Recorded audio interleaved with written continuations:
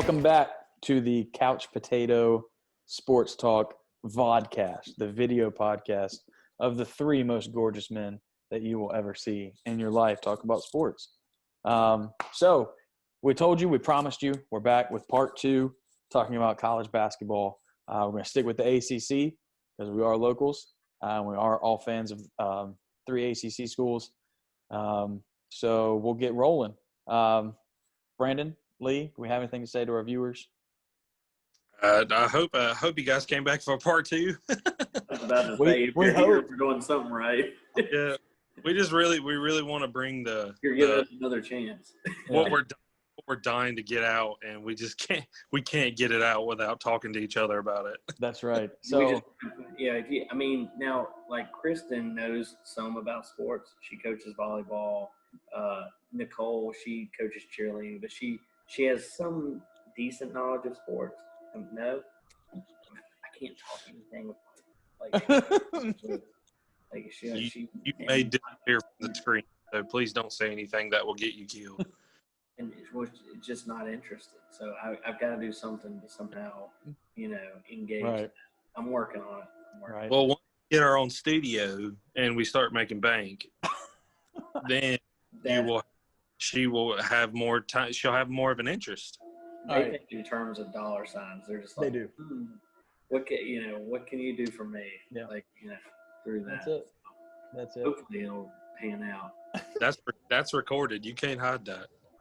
Oh, that's true. All right, I gotta say one thing that I regret not saying in part one, and that is I was talking to a friend of mine about doing this, and he asked who was doing it with me and if he knew anybody, and it's a mutual friend of Lee and I. He knows who it is, and but anyways, so I mentioned it and I said, so yeah, it's me, Lee, and our friend Brandon Lucas, and I kind of gave him like a spiel of who we are, and I said, it was Lee's idea to have this thing.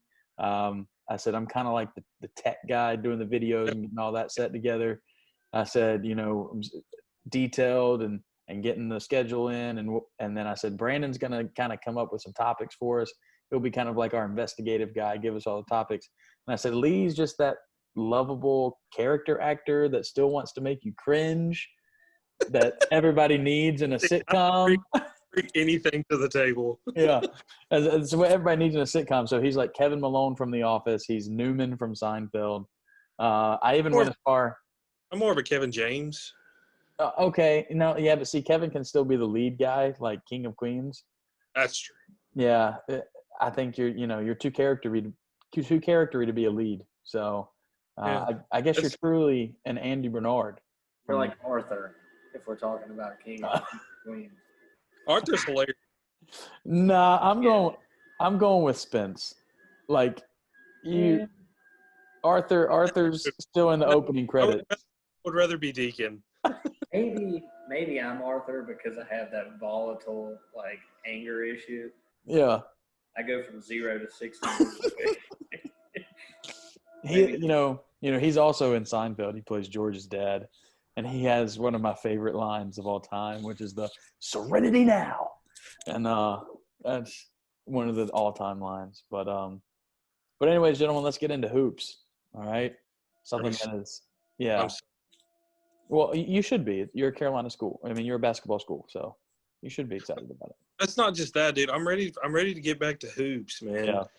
I mean, that's our bread and butter. That's what most. Let's be honest. We all love basketball the most. And how, I feel like we were just left hanging. Like the basketball season. We didn't get to experience March Madness. I'm still ticked off that Virginia is still the reigning national champ. 2 times running. We were 23-10 last year. My honest hope, and I've already seen it so far, and I'm not downplaying it at all, but COVID is already impacting games. Mm-hmm. Duke's already called off their home opener. Florida State's already called off a couple games this week. Baylor pulled out of the Jimmy V Classic. I believe it was Baylor. I saw the timeline tonight. COVID's already impacting college hoops, and that bums me out because I'm ready to try to. You don't want to think that we're wanting kids to put their lives in danger because we're not. But I'm just ready to try to get back to a sense of normalcy, man. 2020 has been so like we've talked about. We didn't get March Madness, so we didn't get our fix for the year. We got a treacherous NBA bubble. Yeah, we got the bubble. LeWoke James. Yeah. So, I think we are all just like itching to get college basketball started. I need college I need some Jay Billis back in my life. Absolutely. Speaking of Jay Billis, how about that wingspan? What's behind you up on that top shelf back there? You got some 82 Coke bottles up there? Sorry, I heard wingspan. Look at that. I mean, that's like a 12-foot reach right there. At least. Yeah. I mean, the Brandon actually got me these. These are the coolest thing. They're the 81. They're the 81, 82. Get that clip. They're really cool. They are. I have a few of the. One of them, but I don't want to know what it tastes like. Oh. That was when he was just Mike Jordan. He wasn't even Michael yet. That's right. Just Mike Jordan. Yeah. Who won the following year, Lee? Ooh. That's a good question. Good question. You haven't been to one since. It doesn't matter. We're still one of the only 15 schools to have more than one. I mean, not 5, but whatever. I don't count 57. Good. Attaboy. You shouldn't. Because comes the Duke fans. But yeah. Now, State won in 83. I'm sorry, Brandon, but we did have to end Ralph's chances of ever winning a national championship. Hey, one of the greatest college players to never win one. That's right. And the Elite Eight. National Player of the Year, man. Yeah. Never be done again.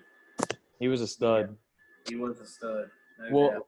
Let me make you feel even worse by telling you that in the ACC championship game against Virginia that year in 83, State had to win it to get to the tournament. And Ralph Sampson had the ball, getting ready to dunk it under the rim. I believe it would have tied the game, potentially even given them a 1-point lead. We weren't born, by the way. We weren't, but I've watched it so many times. Terry Gannon, number 24. That's a great number for NC State basketball players. 6'1", curly-headed white kid, strips the ball from Ralph as he goes up for the dunk and dribbles it like 2 times, looking like a chicken with his head cut off, and just throws it down the court, and Thurl Bailey gets fouled, and he sinks 2 free throws to seal the game. But does it make you feel worse that man, Terry Gannon, is a figure skating commentator for ABC Sports? I didn't know that. Oh, my gosh.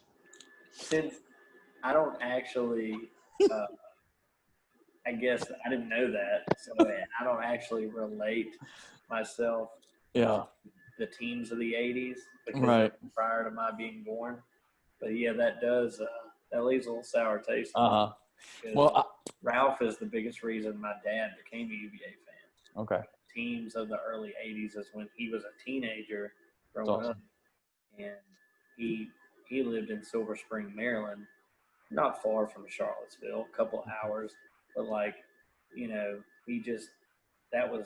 he always grew up a UVA fan, and Ralph was one of the biggest reasons they were so good then. You said he grew up in Maryland? Silver Spring, Maryland. That's crazy that he wouldn't actually be a Maryland fan because Maryland was good in the 80s.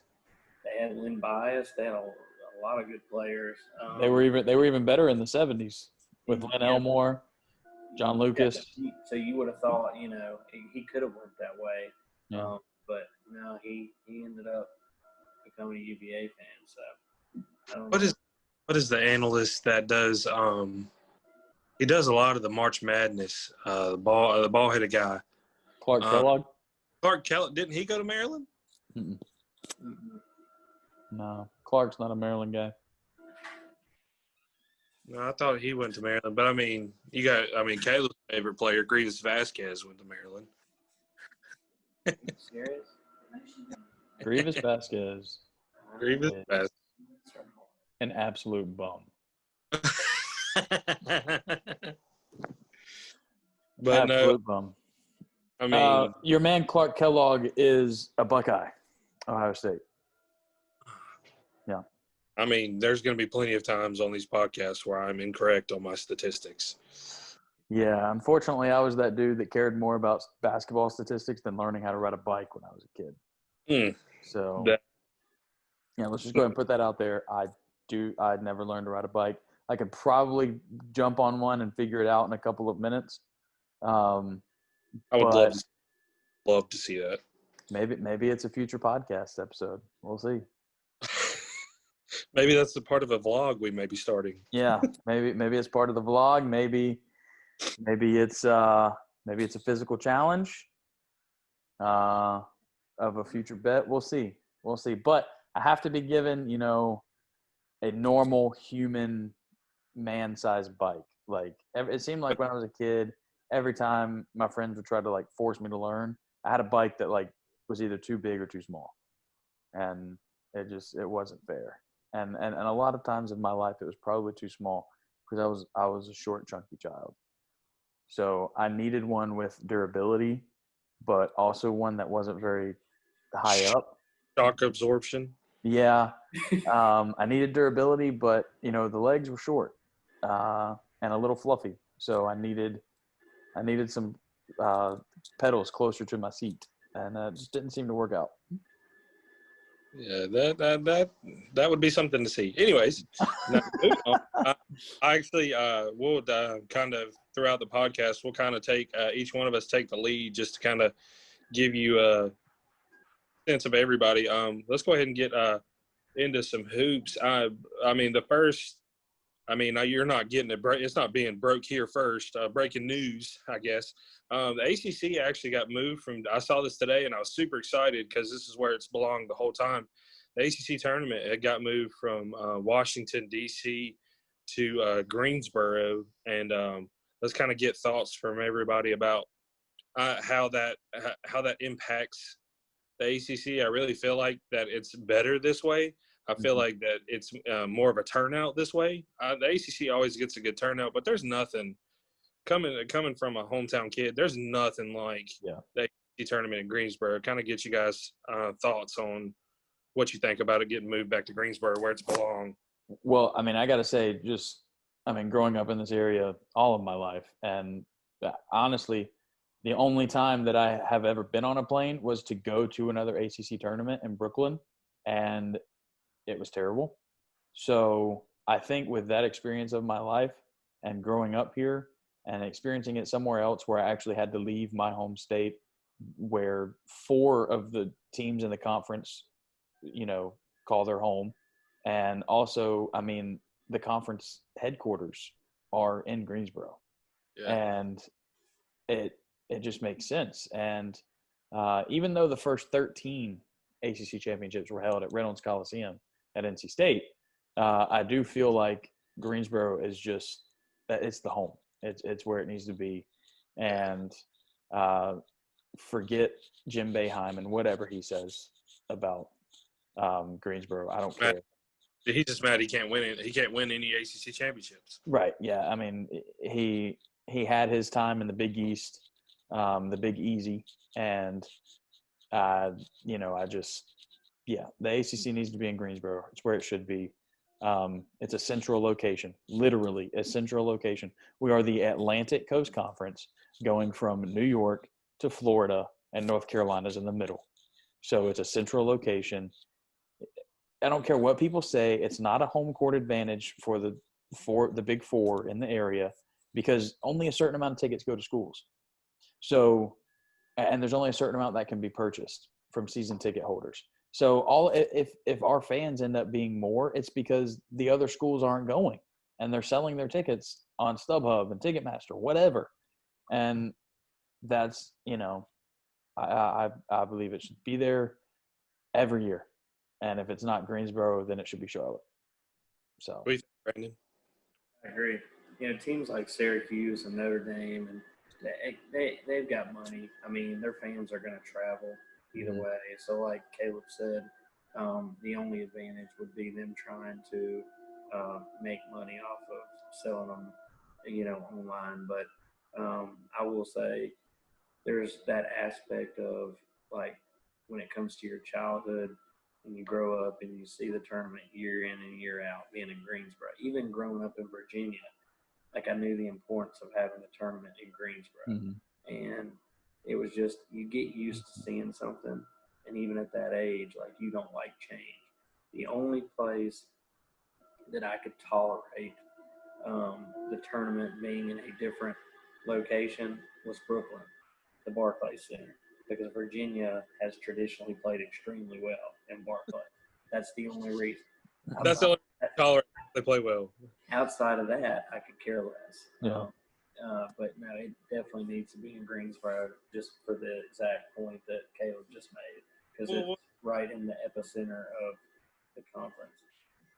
Well, what you were saying, Caleb, everybody you can't use the thing of home court advantage. No. Other schools can't, because Carolina, Duke, NC State, they all travel well. They do. It doesn't matter where it is. And I mean, like, it's the Tobacco Road. Yeah. Like, there's literally 4 schools that have been part of the ACC almost since the ACC started. All 4 of them. Yeah, it's like it's tradition. Yeah. And took my dad to say I've had actually quite a few memorable moments in Greensboro. The Greensboro, I was actually at the game where Carolina was down 19 to Miami when they made that magical comeback and Tyler Zeller hit the layup at the end, and I got to celebrate with my dad. I wouldn't get to do that anywhere else. Yeah. Like, I wouldn't be able to. It would be hard to take my dad to. I can't afford to go to Brooklyn. Right. And other people, I know. Not saying that as far as the affordable thing, but I mean, like, it's been proven it's more profitable in Greensboro than anywhere else. It is. That's where it makes the most money. Yeah. But that's just some breaking news we wanted to kind of get on. But moving on to our teams, Caleb, since you went last this time, we'll let you go first this time. What really is the outlook for State? They're looking like they're going to be deep. But what is really your anticipation of the State season? Yeah, so the depth is there. It's Keats' 4th year. It's, what everyone always calls their first year with all their guys, or all the coaches, players that he recruits. I'm extremely disappointed in the preseason projections of 8th and 9th. I saw that. I think it's really low. I think the conference is extremely deep, and I understand that. But if the only reason you're putting State 8th is because you think they're going to be tied with like 3 other schools and they're not going to have the tiebreaker, like, that's the only thing I can think of is them being picked to finish 8th. We lose Markel Johnson, who's a stud, a 4-year guy at State and did a lot there, and was the heartbeat of the team. In my opinion, 2 years ago, I think the heartbeat last year was Devin Daniels, and he's coming back. And just the depth is there. It's a great recruiting class.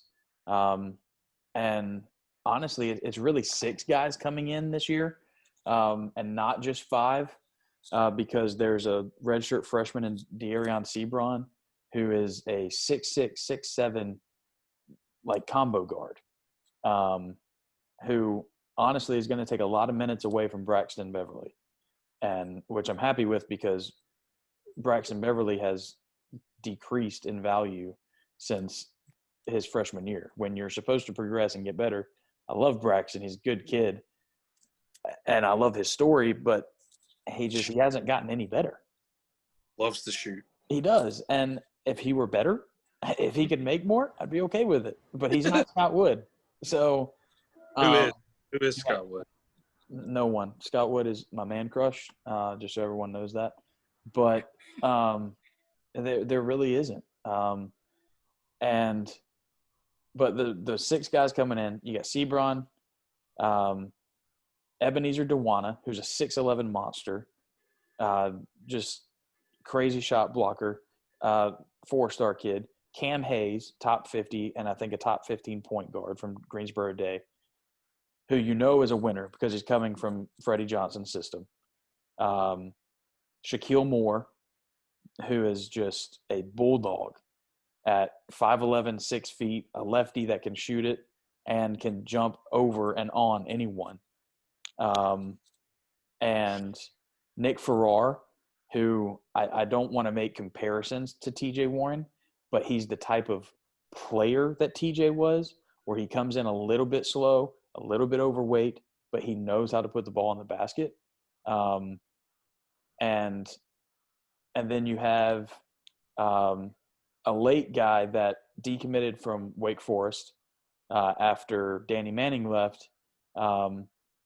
And man, his name is escaping me, and I hate that.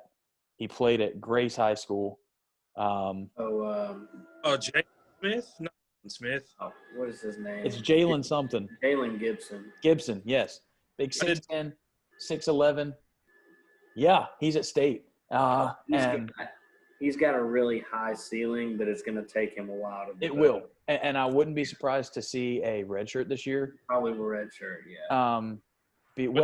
That you don't have to. I mean, he can play him and still get it because of COVID. True. They won't see the floor much. He won't, because you've got Thunderberg, Manny Bates, and DeWanna, who are all physically ready. And Manny Bates, just a shout out to him. Dude got gypped from Defensive Player of the Year last year in the conference. But like the Georgia Tech big. Moses Wright? I don't know. The Georgia Tech big. Whoever it was, he was second behind Manny Bates. You're talking about. I know who you're talking about. Manny Bates had the most blocks in the conference. Alvarado? But Manny had the most blocks in the conference as a freshman, and I think he had the lead by like 10 or 11, and he played 6 less games. He was injured, and he played 6 less games than the dude behind him, and he should have been Defensive Player of the Year. He's going to lead the conference again in block shots. And I don't know. I think State finishes in the top 5 in the conference. That's a hot take. One dude I haven't even talked about is Jericho Helms, who I like that kid. That kid, he's versatile. He can play the 3 or the 4. But and his jump shot has improved drastically. I think he's going to find time between the 2 and the 4, and he can guard between the 1 and 4. He's big. He's long. He's extremely quick, and he's a great defender and a great rebounder. Well, let me ask Caleb, Brandon. You could if you can think of a question for Money. I'll go ahead. I got what do you guys have to do to get over the hump of compete? Not really. I don't want to say competing with the upper echelon of the ACC, and I'm not poking fun. Yeah. I mean, Roy Williams. I mean, it's statistic. Roy Williams has always had a great record against State. I think it's more of a mental thing than it is a talent thing, because I think there's been quite a few years where State will pop up and beat Carolina, like 2016. Carolina went to the national championship that year, and NC State beat them on Carolina's floor. Yeah, with a Gottfried-led team. So yeah, and but then you turn around and lose to teams like Wake Forest, and you lose to teams like Georgia Tech. Yeah. And like the bottom, I think that's what keeps NC State out of the tournament every year, is they'll play decent against teams like Louisville and against teams like Florida State. They've always played Florida State well. Yeah. How do you get over that hump of winning the games you're supposed to? I know it's easier said than done, because Carolina's had their struggles in the past as well. Yeah. Winning the games you're supposed to, and at least stealing a game or two of the upper echelon of the ACC to give yourself a solid resume to make the tournament. Well, let's say this. State's only missed the tournament twice since 2012. And it was Gottfried's last year, where he got fired in the middle of the season at the debacle of Dennis Smith Jr. and Keats' second year. Because they were making the tournament this past year. The tournament. Yeah, they would have made the tournament. They had 21 wins. And I guess Let me rephrase my question. How do you get yourself to where you're not on the bubble? Yeah. So I think to get off the bubble, you have to play better against the teams that are not as talented. Like, they always seem to play down to their opponent, and it has nothing to do with energy and crowd. I mean, PNC Arena sells out every home game. Doesn't matter who they're playing. Um, it's just a weird mojo at State that 90% of our fans believe in the NC State stuff, or another four-letter word for it. Yeah, it's just State needed every ounce of mojo to make that 1983 national championship run, and I feel like they've been trying to refill the tank for the last 37 years.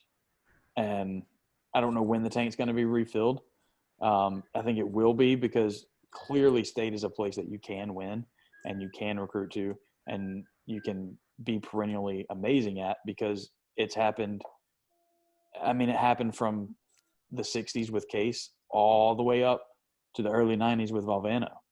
I mean, even Goffrey was a terrible coach, and Sidney Lowe was a terrible coach, but they could get kids. Right. It's not hard to recruit there, and it's honestly just it's winning those should wins, and they never do. And they get the big wins. They beat Auburn when they were ranked. They beat Wisconsin. They get the big out of conference wins, then they'll pop up. I mean, it seems like every other year they're beating Duke at State.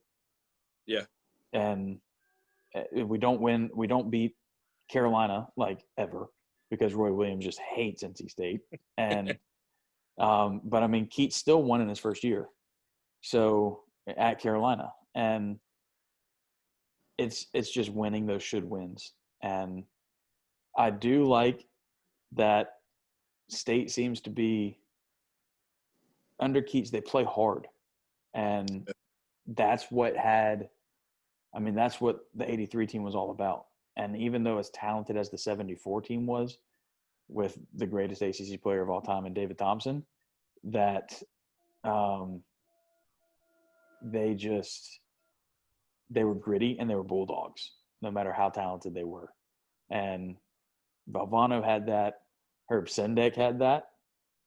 And that was a terrible let go. Yeah, I don't know what was up with alumni and Wolfpack Club with letting go of Herb, but and honestly, I think that's the reason why Julius Hodge is not on the staff now anymore, or will never be on staff at State, is because Herb was his guy, and Hodge didn't go to Syracuse to play for Boeheim because he wanted to play for Herb Sendek. Like, that's the type of dude Herb Sendek was. And I don't know, man. I think we're just trying to refill the mojo tank. All right, go ahead. So we're not taking too much. Get you on something else. All right. Yeah. So Lee and I coaching against Cam Hayes for the last 2 years. We got to see him in person 4 different times. And there's a difference in watching him on courtside films and being in person. And the dude can just absolutely stroke it. Mm-hmm. So here's my thing. Markel Johnson, y'all run the pick and roll a lot, and he was basically your offense. So the vast majority of it last year. I think Devin Daniels is an X factor. I think he can get to that, maybe not to that level, but I think he can be a 12 to 15 a game guy for sure. But who's going to be the guy that plays point? Because if Beverly plays point, you're taking away his greatest attribute, which is right. If you play him at the point, to me, you're basically playing 5-on-4 on offense, because I don't think he helps you any. So are you giving the nod to Cam Hayes or Shaquille Moore at this point for point guard, or is it somebody else I don't know about? And then the second question is Sasha Kalea-Jones even with the program anymore? All right, let's answer the second one first. SKJ left before even playing a minute last year, and I don't know what that kid's deal was. Like, from Virginia to Kentucky to State, I think he's just the most indecisive human being known to man. But Or he's got the wrong people in his ear. Yeah, he's got the wrong people in his ear, and I'm pretty sure he has just landed in the middle of nowhere. He tried to do the G League thing, and I don't think it worked out for him. So that's not for everybody. yeah, there's the answer for that was an Mr. easier Sasha. question. Yeah. The first one. First one at point guard, I think tomorrow night, unfortunately, I think you're going to see Braxton Beverly get the start at the 1. And I think, that's what I'm assuming. He could go ahead and throw Cam in at the 1, depending on what type of lineup he wants to go. You could see Cam at the 1, Braxton at the 2, Daniels at the 3, Helms at the 4, and Funderburk at the 5. I love fun. Yeah. My lineup that I want to see and what I think will end up happening is Cam, Devin, Jericho, Funderburk, Bates. I think because I would throw Moore and Hayes out there as much as I could. Yeah. ACC play. Yeah. Some reps. Well, we only get 4 games out of conference this year. Right. That's what I'm saying. You got to jump on it. Yeah, I would love to see Hayes go ahead and start. And I think to win in the ACC, you have to have both bigs on the floor, and I think Keats knows that because Funderburk came back specifically to become a stretch 4 because that's what his feedback was from the NBA when he tested the waters, and his outside game is drastically improved, and it's going to be incredible to see him and Bates be on the floor and Funderburk be able to be a pick and roll and a pick and pop guy, and having Bates on the floor still for offensive rebounding purposes and keeping Carolina off the offensive boards because – especially this year. Yes. So but Braxton Beverly should not and will not see the point in ACC play because Darion Sebron will be the backup point guard. He's so smooth. I mean, 6'6", 6'7". He honestly, Lee, you'll like this one. He's going to be the type of point guard Lorenzo Brown was. I saw very much of Lorenzo Brown I did not want to see. Yes, I know. You got a lot of stuff here in the face. Yeah. In a Hargrave versus Rockingham community Brown, game. let's just leave it at that. Yes. So, which that Hargrave team, Lee, you may not remember this, but Kevin Keats was their head coach of that game when Lorenzo Brown. That makes sense because I do. That team was loaded, man. Yes, they were. They had Sean Kemp Jr. was on that team. Mm-hmm. That was one of the highlights of my – I don't want to say my illustrious basketball career. Yeah. But from the outside, I mean, I want NC State to succeed just because I hate – I don't want them to succeed against Carolina, but I want them to succeed just because you're my friend, and I know it bothers you when they don't. I think what they need to – I think really what Keats needs to do is I think he needs to establish a number 1 guy. Yeah. And I think he needs to take him to the side and be like, look, he may have already done this. My personal opinion, I think this needs to be Devin Daniels. Mm-hmm. I think Devin Daniels needs to be the leader. I think he's the – as far as everybody coming back, I may be mistaken, and you can correct me if I'm wrong. I think he's the most capable of leading the team in scoring, being the leader vocally and ability-wise. But I think that's the biggest thing NC State's got to do is they've got to establish a leading scorer quick. What I love but also hate about Kevin Keats' teams since he's been there is that he has 6 guys that can get 9 to 14 points a game, and one of those six will be the leading scorer. Every 6 games, it's like they just trade off every night, and I love that because it's hard to guard, but I also hate that because you need a guy to get a bucket. Yeah, and Markel could be that guy. He was always a bucket man. And so it's tough. I think Devin is the guy, but Devin, and to work in that system, he's got to be able to be the guy to come off the pick, screen, and roll now. Yeah. and that's tough to do from the 2 and the 3 spot. So we'll see.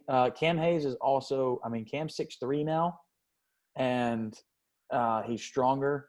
I don't know. I love Cam Hayes. He could be the next Kobe White. I did not expect Kobe White to be who he was. Yeah. I think Cam has just – he's going to come off. And but we'll see. I don't know. And the way that Funderburk has expanded his game, he could also be a guy when you get the pick and pop, you pitch it back to him and he can go score it. So I love Funderburk, man. I love his game. Yeah. He's tough. Brandon, we'll go ahead with you. Virginia is actually I just looked at the preseason, and you already know this. Virginia is projected to be the preseason favorite, which is surprising because Duke usually wins the preseason ACC championship every year. Yeah, they've got so many preseason national titles. Yeah. I can't even keep up with I'm looking at the ACC, and let me pull this back up. I don't believe it was. I think Duke was close, but I think I'll get it here in just a second. Just kind of give one your expectation of the season, because I'm sure it's high because they're ranked quite high. And if I'm looking at it right here, and they got 97 first place votes, and Duke was the closest with 34. So I mean, they're really. I mean, like I think my personal belief, I'll go ahead and give you this, and I'll let you talk about your team. I think this is the most offensively gifted Tony Bennett team. He has the most offensively gifted he has had. But the question that I'll go ahead and give you my question: How do you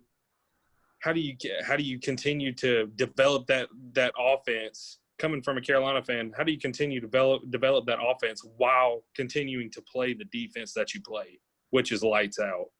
Well, I think, to answer that question goes back to, basically what I was going to say about the way the team is structured. Tony has to recruit a certain type of player. He can't go to the very top of the board and say, these are the guys that we need to try and get that are the most gifted or the most athletic. He's got a particular system he has to cater to in order to. And the first, like for instance, Kihei Clark, basically he spotted him playing at some sort of charity all-star game or something for high schoolers, and he was the only one playing defense. And Tony was like, "That's my guy," So he's very unconventional when it comes to how he recruits and how he picks his guys. But as far as expectations and stuff goes, I think you have to be careful getting ahead of yourself. Like last year, I tempered my expectations because we lost so much. Because you lost Kyle, you lost Ty, you lost Dre. You lost the big three. So I looked at that and I said, well, if we finish in the top 3 or 4 teams in the conference and go to the Sweet 16 Elite 8, I'll be happy. And I think we were on track to do that. We were, I think, 23-9 or 23-10 before the tournament didn't happen. And so I was like, well, you look at that, they were peaking at the right time because they started out real slow out of the gate. But it's to be expected when you have a bunch of new players that you're trying to get. Now this year they lose Momedy, so they lose interior defense, and I mean, he had kind of developed his game to where he could stretch and he could shoot threes a little bit. He just got signed by the Bucks the other day, even though he didn't get drafted, so I'm happy for him. And then, of course, you lose Braxton Key. Braxton was kind of like that Swiss Army knife that could do everything, could block shots, could rebound, could score when you needed him to. So those are 2 pretty important pieces to lose, but you still got Kihei there running the point, directing everybody. You've got Jay, who I think can develop into a 12 and 15 a game guy. I know you don't think he can, but I still got faith in him. He's been there 6 years now, so he should know everything that he needs to know by now. Sam Hauser, who I'm super excited about watching play, having to sit out last year, he'll probably be, I think he's he's preseason first team All Yeah, ACC. I believe he finished second in the preseason ACC Player of the Year. Was it behind Garrison Brooks? Yeah, I believe he finished second. I didn't see it, but I assume it was Garrison Brooks. So, but yeah, I'm super excited about him. I think I know he's Naismith Player of the Year watch, which I don't know that Virginia will ever have a guy like that, because I don't think his stats will be, because we play so many games with limited number of possessions that I don't know that guys are going to get enough opportunities to score to put up the type of numbers that is going to warrant giving a guy, the Naismith Player of the Year. But I'm pumped about him. And then you got Morcell and Wolda Tensai. I think those will be your five that start. And then you sprinkle in Cafaro, who's, Jack Salt 2.0. He's going to break your bones on the screens. And Poppy has a little bit more game interior scoring wise than Jack ever did. So he's probably a little bit of an upgrade from Jack. He just doesn't know the offense yet, or he doesn't know how to screen properly like Jack did. So that kind of hurts him a little bit. And then so you got Jabri Abdur-Rahim, which I think he'll play a lot of minutes. And Reese Beekman has looked really good, the point guard out of Louisiana. I think he'll get, so you'll probably see 9 rotate along with Caden Shedrick. I think will play limited minutes sparingly, but then I think McCourt will get redshirted. But all said and done, you got Trey Murphy, who was actually at Rice and transferred, and so he'll be eligible to play. He's 6'8", really developed a shot, a three-point shot. I mean, the team's loaded, so I'm not going to lie. Like, my expectations are extremely high just because they've got a lot of depth, and I think they will win the league. ACC tournaments always, it's who's hot.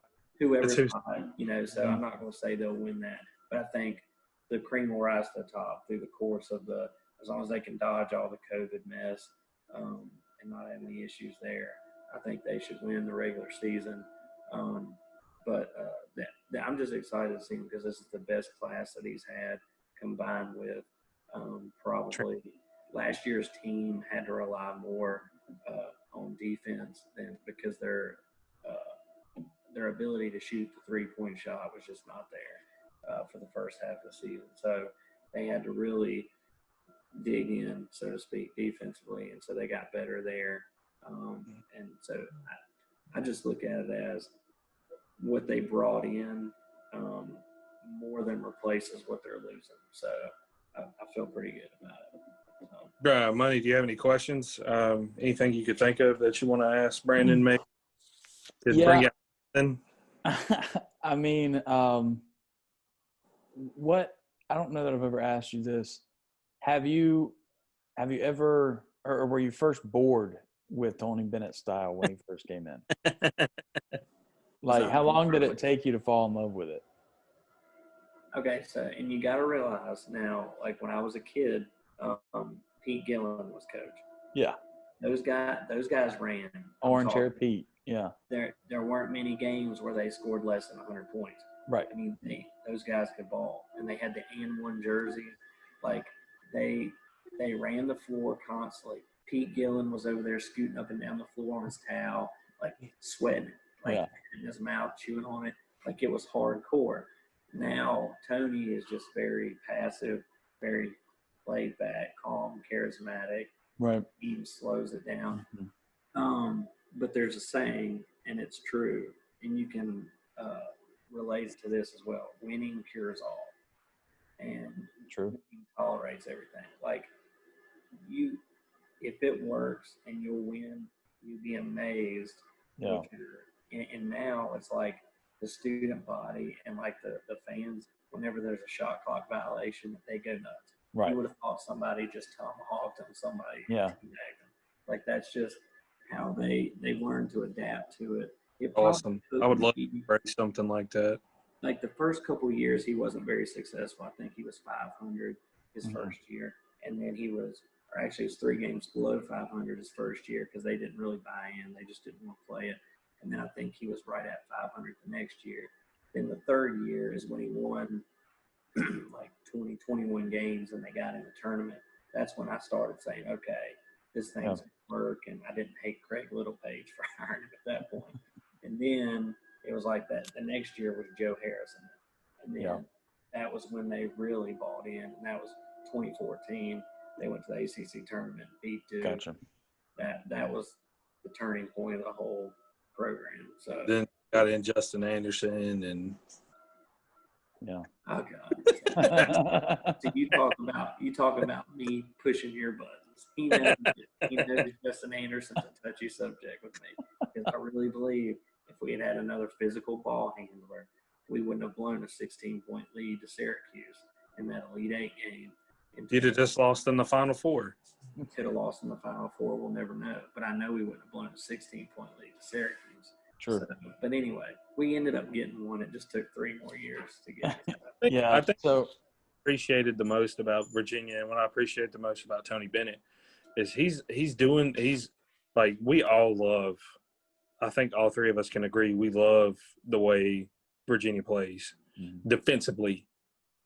Me and Caleb think that the style of Virginia plays is the most boring style of offensive basketball you could ever imagine. Because they don't take a shot until there's like 0.5 seconds left on the shot clock. But I love what Tony Bennett's done. Not a lot of code. That's not popular in today's day and age. Everything's about offense. Look at me score. And I love Tony Bennett. I would never say a ill thing towards him. Yeah, well, I love he preaches defense. He cares more about the culture. Like he cares more about. I mean, if he doesn't get the 5-star, he's going to treat them like they are, and they'll end up being one. Yeah, and he's going to get the most out of them. He's just going to get guys that not just play to the system, but just play to his culture. And we talked about along the lines of the college football in part 1 about Dabo Sweeney and how he treats his assistant coaches. Bennett's the same way because forget her last name, Carla Williams, the president or the athletic director at UVA. She approached Bennett about which they've given him an extension. I think he's through like 2025 or 2026 or something like that. She wanted to up his salary a little bit. And he said, no, I don't want it. If you want to give it to him, give it to us. So whatever they were going to give him, she took and split and divvied it out between his assistants. That's just the type of guy he is. He's awesome. He's not worried about the money. Wisconsin was the one job that kind of scared me because it came up when Bo Ryan retired a few years ago. And that's home for him. You know, he played at Wisconsin Green Bay. His family lives there. Yeah. I'm scared to death that they were going to – and then he just said, no, I'm staying at UVA. Now I feel like I don't think any job will take him away. I think he'll stay at UVA, and I think he'll be – Except when Roy retires. Dude. Yeah. Well, I would take Tony Bennett in a heartbeat. Yeah. Let me say this. If not for style of play, even though he is adopting the blocker mover offense this year, not just for style of play, but culture wise, if there is a high school coach, nay, I say in the country, but definitely in this state, that is a high school Tony Bennett, it is Josh Thompson. And he does preach culture. Yeah. I mean, not only the culture, I mean, we can even go as far as physical attributes. Like if you look at the hair of Tony Bennett and Josh Thompson, and just, you know, the soft skin. And neither one of them smile until the game's almost over. No. And it's great. Like, I mean, Josh Thompson is the high school Tony Bennett. There's no doubt. Josh is just a tad bit more animated at times. It's true. I mean, Josh is very reserved, and he's learned to be that way. Yeah. But he's still, I mean, like Tony, Tony is just natural. He's just like, it's, I don't know. Yeah. I can't even describe it. The dude is just like, he's locked in. Like whereas if you want to go not animated at all, you look at Lee and I. We're just silent. We're sitting down the whole game. We I'm don't kidding. break remotes or treadmills. Or get a technical as an assistant to where your head coach has to throw his suit jacket at you. It was a long time ago, and I've gotten technicals in worse places, like upwards. Oh my, okay. Yeah. That'll be another story for another day of when Lee got a technical as my assistant coach and I had to See, throw a suit jacket at him. Now it's my turn. Yes. All right. Let's talk about the heels. Yeah, you go ahead with your opening statement. I want to hear an opening statement for you because I bet you enjoyed every bit of last year.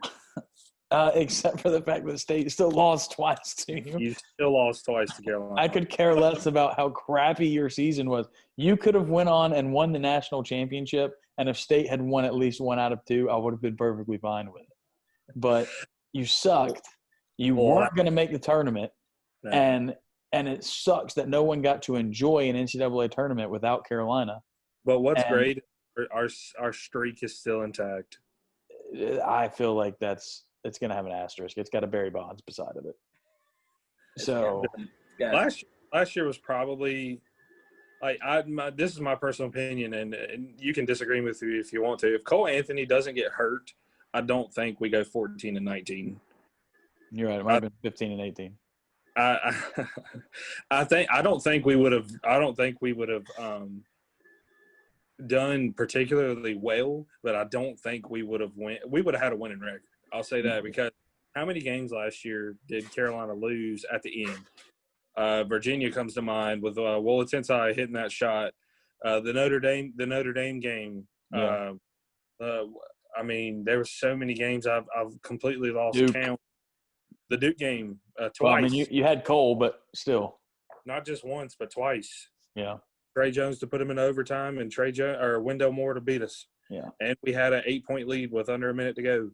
But it's just last year was so frustrating. I think Roy was frustrated. I think this is my personal opinion, and you'll probably agree with me. I don't think he expected Kobe White to leave. Right. I don't think when he recruited Kobe White, I think he recruited Kobe White to be at least a 2-year guy. To be at least like a Justin Jackson. Yeah. Justin Jackson was at Carolina for 3 years. He was a big-time recruit, but I don't think he expected him to be a one-and-done. Kobe White just exceeded everybody's expectations. And Carolina was just depleted last year with injuries. Cole Anthony got hurt. I mean, it just there was a lot. Carolina didn't get a lot of breaks last year, and I think the recruiting, and I'll kind of blame the coaching staff. The recruiting was indicative of that, but they weren't prepared. Mm-hmm. I don't think Leaky Black's turned out how they thought he would. They were expecting Leaky Black to be the next Theo Pinson, and he hasn't even touched. Yeah, the surface of that. The surface of what Theo was.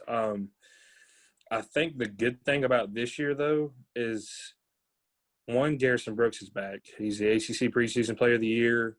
The only thing that scares me with that was the last one that was the ACC Preseason Player of the Year was Luke May. He had a decent year, but Carolina was a whole lot better, and they had a whole lot more experience. I think the good thing about this year's team is they're going to have a chip on their shoulder. 14-19, they're not even – they have Carolina 16th in the country and 5th, if I see that right, 5th in preseason. Well, ACC writers have them at 4th. 4th? Yeah. I mean, I kind of understand it because you got Florida State, Duke, and then Virginia's the biggest one that I don't have a problem with them being where they are. Duke, I think Duke's always overhyped. And I say that just because they always have –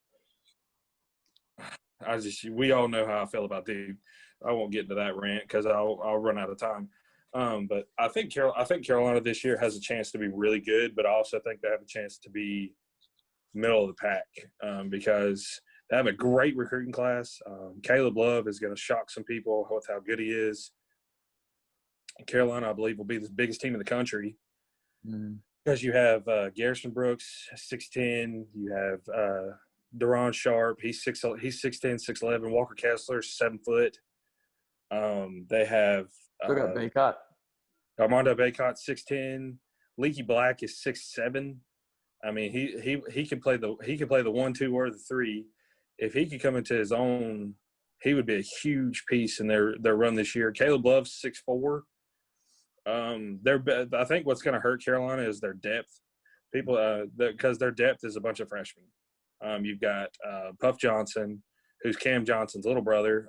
You have Kerwin Walton, who's supposed to be the best shooter in the class that Carolina's got coming in.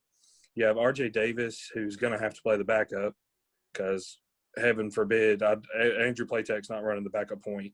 Oh, come on. So, I mean, I think the depth at the guard positions what's going to hurt Carolina. Their shooting, once again, I think is going to be a struggle at first. I think once Puff Johnson and Kerwin Walton get going, I think they'll help with shooting. Because if Puff shoots anything like his brother, it's going to be a nightmare. But I think Carolina will. This is my hot take, which is not really a hot take because they're huge. I think Carolina will lead the nation in rebounding margin by a significant amount. Because even more the small teams, they're still top 5 in rebounding margin. It's in their system DNA. Like it's Roy preaches rebounding. Yeah. And I think they have a chance to win a national championship this year. They're deep as far as talent this year. The thing that's going to hurt them is depth. As far as I want to say, I sound like I'm contradicting myself, but the talent pool is great.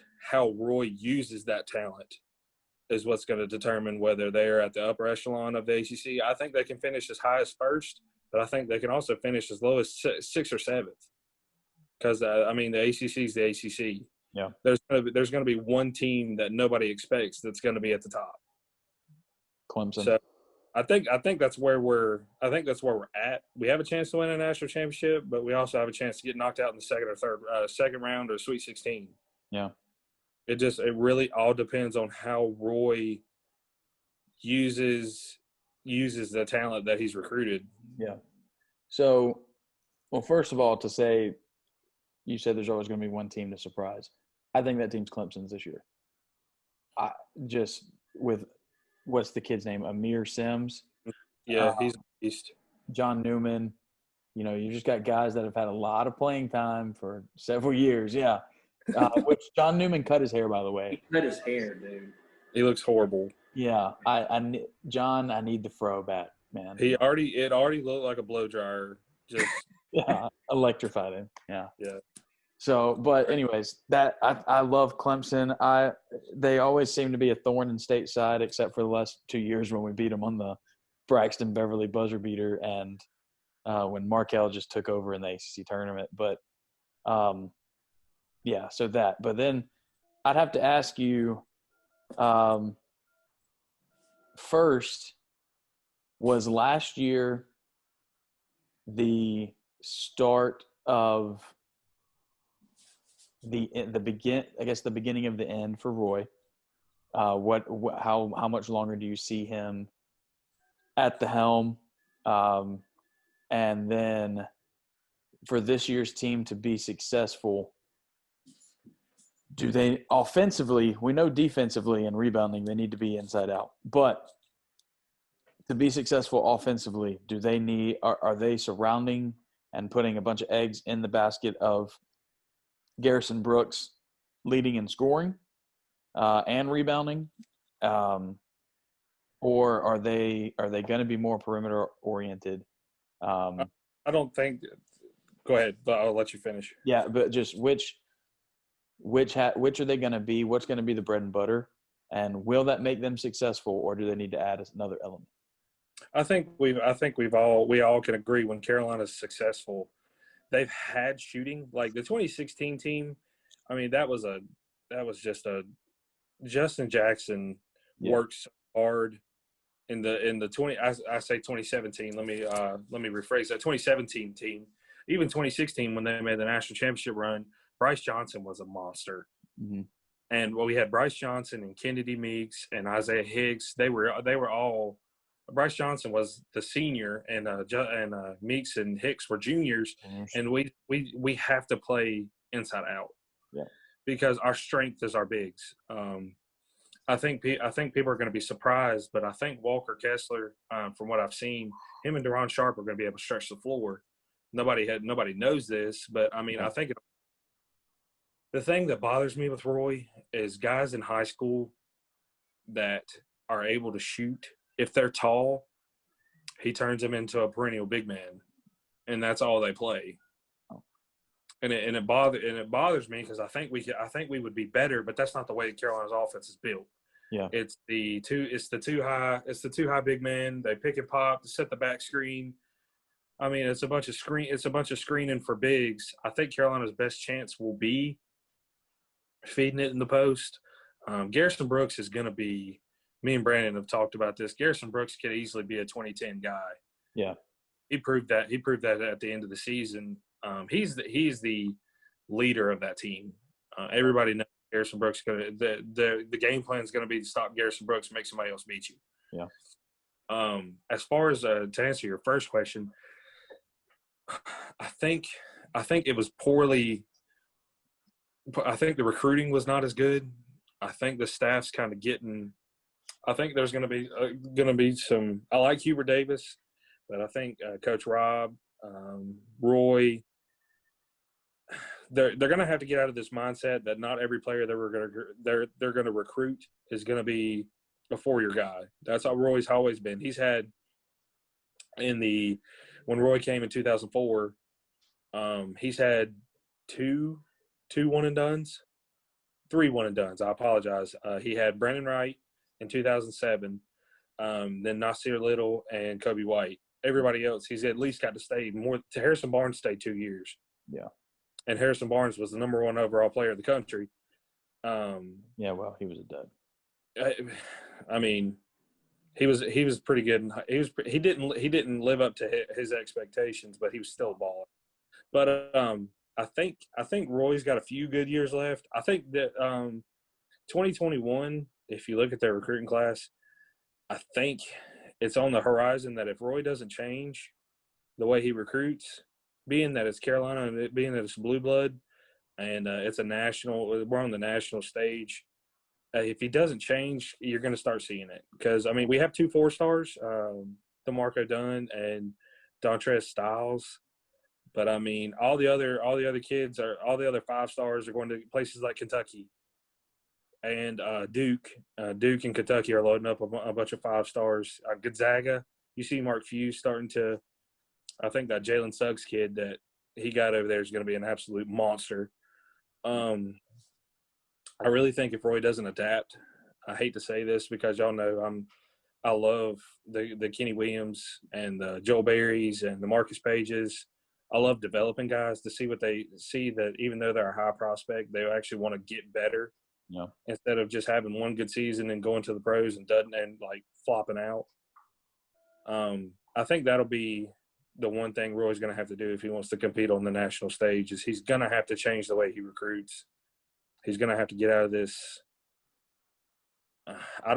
Don't take this the wrong way, Brandon. Tony Bennett type mindset, where he's going to get kids to fit the system, regardless if they're 5-stars or not. Because Carolina plays too tough a schedule, a non-conference schedule to compete. Kids, if we keep getting slapped on national TV. Carolina's not going to be the same it was. I mean, it's a brand. Carolina basketball is a brand. But when you're playing teams like Michigan and it's halfway through the second half and you're down 20, like kids are going to be like, was Roy on the back end of it? Well, I mean, the kids he's getting aren't as good as they used to be. This is just my perspective. It could not be that way at all. But I just think he's going to have to he's going to have to start changing his mindset of recruiting. Well, what I got to say, my opinion on that would be if he's got to change his mindset away from 3- and 4-year guys, then you can't be a system guy. I don't think you can recruit to a system and expect to have one and dones. Well, I think he can with the system just because of per se Deron Sharp. I don't think Deron Sharp will be. I think if Deron Sharp lives up to the capability of what he is, he could be a one and done. But he fits the mold. Yeah, he's a big guy. He's a big guy that's great at running the floor, and he's the biggest. I think one of his biggest things that he had coming out of high school was he's a great rebounder. yeah. I mean, I will say that the Carolina system is a little more versatile to where you can recruit high-level players. I don't know. I think we'll see how this year goes. I think they are extremely talented. But I don't know. We'll see how this year goes. It got a weird vibe with last year. I see where you're coming from with the whole Roy thing. I think his health. Yeah. It's going to be the biggest thing that pushes him out of the game. I don't think it'll be I think he's going to have to change the way he recruits. But I think the biggest thing that's going to push him out of the game is his health. The whole vertigo thing, I mean, it's fun. It kind of like, oh man, Roy's down on one knee. But like, there's been some moments where it's kind of been scary. Yeah. Because he's so invested in these kids, and nobody can question the love that these college coaches have for these kids. Absolutely. And so invested, and he hates to see them not live up to the expectation that it literally, I think it's taking a toll. Yeah. And he's getting up there in age. So, I mean, I don't know who the successor would be. Coach Rob doesn't want it. Coach Rob's already said that when Roy leaves, he's done. Yeah. I'll say one thing to Caleb's point, and then I got a question for you. To Caleb's point, and, I despise the man. I can't stand him. But Coach K does an excellent job of, he understands the type of kids that are going to stay 1 year and leave, like Zion, like R.J. Barrett, guys like that. And he adapts to how they play. And that's how he structures it. You'll look at them, they're a dumpster fire the first, quarter of the season. And then before you know it, they're playing really good towards the end of the season. And that's what I think if he's going to do the one and dones or the kids that only stay a couple years, you got to be flexible as far as adapting, at least on the defensive side of the ball, maybe not as much on the offensive side of the ball. Yeah. We've been a defensive team. Yeah. But anyway, my question was, when I look – and obviously you got the inside info. You know more than I do because you keep up with their recruiting a little bit more. When I look at the guys that are there, I don't see any of it unless there's some recruits that bring it. Offensively, where's the three-point shooting going to come from? Because I see a lot of guys that can penetrate and get to the rim. And then obviously you've got good interior scoring. You said Walker Kessler and Deron Sharp may be able to stretch and can shoot outside. But outside of that, where's the three-point shooting going to come from? Well, like I had mentioned earlier briefly, Kerwin Walton is supposed to be he kind of reminds me of a Kenny Williams. He has the ability to be a sniper. Puff Johnson, if he shoots anything like Cam, I'm hoping that he brings Cam's touch. He could be a factor. That's the biggest thing that the analysts are talking about Carolina, and that's been Carolina's always downfall is the outside shooting. Teams will usually. That's why the best way. If I was a coach and I was playing against Carolina, I would immediately start in a 2-3 zone. Yeah. Or I would find a way to pack it in because Carolina always. You never see even when Joel Berry and Theo Pinson. And, that team, you never saw them start from the outside, work in. It's always work in. It's always start on the inside, work your way out. And I think that'll be Carolina's struggle this year is who is going to step up. Who's going to step up and hit some shots. I think R.J. Davis could be another one. He played in that New York league, the New York League Stepnack. I think that's where he went to school. So I mean, they've got dudes that are tough, and they got dudes that can adapt.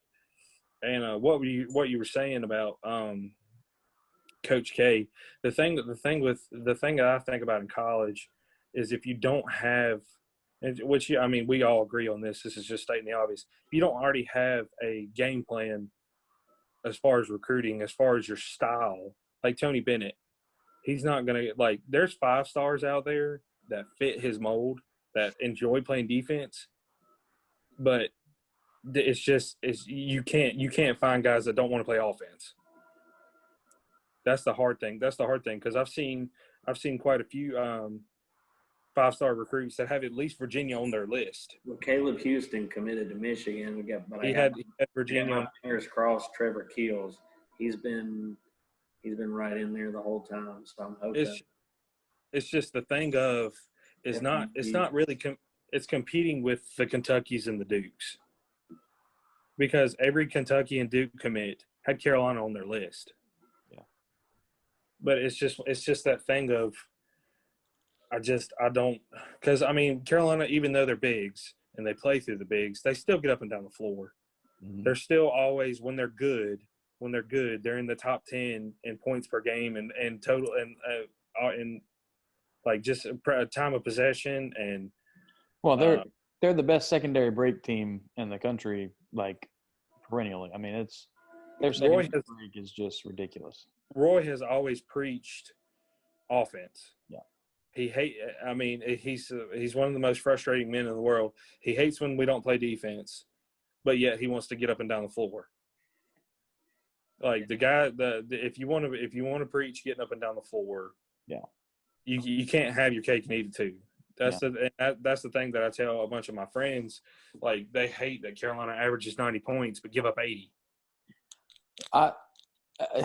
Going to that, like if you want a team to play defense and get up and down the floor, like overcommitting and ball pressure, like pressing 3/4 court to full court, like that's not playing defense and still being able to get up and down the floor. That's what I'm saying. Trap, the trap that they run. Yeah. Like if you don't time it just right, you're almost no. up time. If you want to be able to run and be able to stop teams, then you have to be like the early 2000, late 90 Duke, where they allowed no clean passes in the half court because they didn't overcommit in passing lanes. They like just smothered the ball handler. Well, and they knew the spots they had to be in. Right, and if you look at their defense, like they were holding teams under 65, and they were scoring 80 plus. And in the early 2000s, 80 plus points was just unheard of for college basketball. It's like 100. Yeah, and that is defense like leading to offense. That is defense leading to offense, and I just. That's why Kevin Keats, he came in as a pressing team or a pressing coach. He was the defensive guru at Louisville. Well, that worked at Wilmington. Well, and Wilmington, yeah, because you could gimmick, but he's gone away from it. He doesn't do it anymore because he was giving up 80 points a game. Because you cannot trap and press college basketball players anymore because it's all that's ran in AAU. And the kids see it all the time from 8th grade to 12th grade. And by the time they're in 11th and 12th grade, it's too late. It's nothing. Yeah, like those presses are absolutely nothing. And,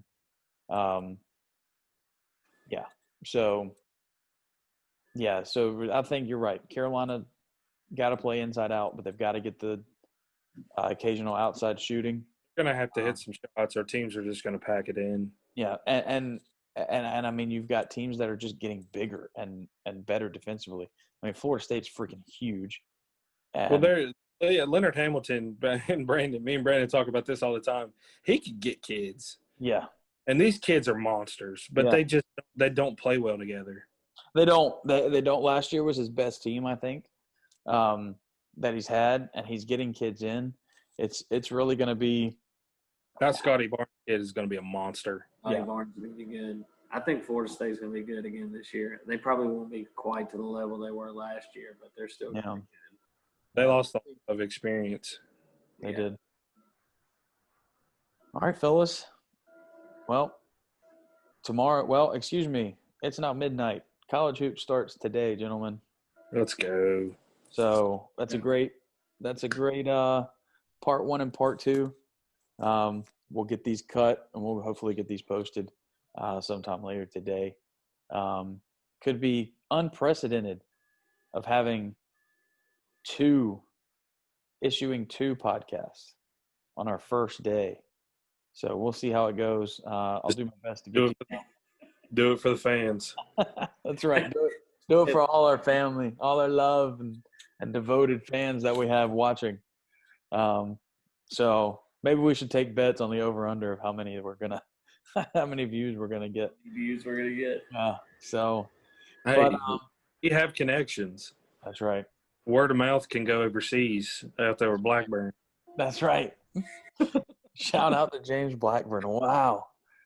But James definitely going to have to be a guest on here. We're going to have an occasional mute button for him, like the presidential debate, just because he will talk until someone says he can't. So we had a shout out. I actually would love to have the two-time North Carolina State champ and avid Duke basketball fan Josh Thompson on here. Yes. Get his insight on the Dukies this year. Absolutely. We'll have to. I did mention it to him, and he said he would come on and join us. So, that'd be epic. Yeah. So we'll get Josh. I'm sure he'll be videoing himself from his desk with all of his accolades behind him on the walls. So break out some accolades on my own. Yeah, no, we'll have to bring out something, our participation trophies or something. But all my good stuff, you can just wear them wherever we want. Are in the garage. So it's like 50 degrees out in the garage. I wasn't going to do it out there. I'll let you borrow our softball trophy. I'll wear the state championship medallion and ring that Coach Thompson's coaching staff carried him to, that second one. Nah. But anyways, all right, you've heard it, Josh Thompson. You're going to have to be a guest on here as well, and we're going to have a lot of fun with this. Hope you people enjoy it. Any closing statements from either of you? I'm just excited. I'm excited for this to kick off, man. I really hope this takes off. I think I don't want to be boastful, but I think we're all pretty knowledgeable and we know what we're talking about. Well, I said we're kind of a big deal. Yeah. So I enjoy talking about it. I hope it can take off for us because it could be the start of something huge. Yeah, I mean, I enjoy talking sports with y'all. And we don't, with our hectic schedules, we don't always get to talk, about it or have lunch as much as we would like to. And this just gives us an opportunity, another pathway to do that. And for our broad lexicon of knowledge to be spread with other people. Yeah. So, all right, gentlemen. What I mean. Yeah, it's been great. We'll see what we can have for the next one. We got a lot of things brewing in these wonderful, beautiful minds. We have college basketball recaps. Yes, we can recap. I believe all three of our teams play today, correct? Maine Black Bears. Yeah. So maybe we can do a quick recap. We are going to have to shorten these a little bit just to keep everybody interested. Yes. Because not everybody has like an hour and a half commute to work to listen to us. So, but anyways, we'll cut it short. If they do, I don't know what they're doing. You have to drive an hour and a half to work. Yeah. Hey, people got to do what they got to do. That's true. All right. Have a good night, gentlemen. You too, buddy. That's us. That's us. Potatoes.